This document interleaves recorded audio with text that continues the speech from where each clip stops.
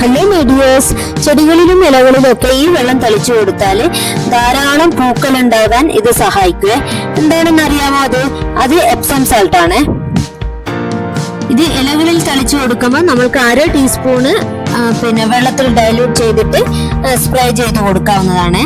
പിന്നെ തളത്തിൽ ഒഴിച്ചു കൊടുക്കുന്നെങ്കിൽ 1 ടീസ്പൂണ് ഒരു കപ്പ് വെള്ളത്തിൽ നമ്മൾക്ക് അതിന്റെ തളത്തിലും കൂടി ഒഴിച്ചു കൊടുക്കാവുന്നതാണ്.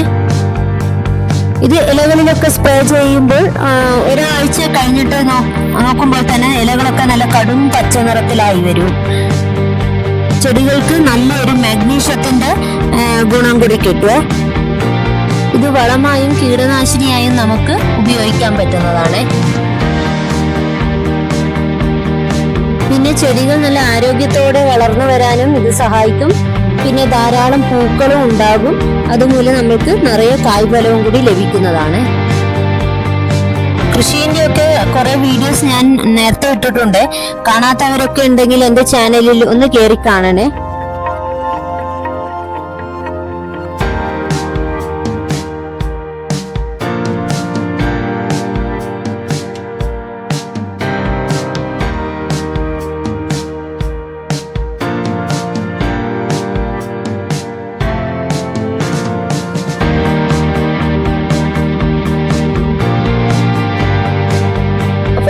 കുഞ്ഞു കൃഷി വീഡിയോ ഇഷ്ടമായല്ലോ.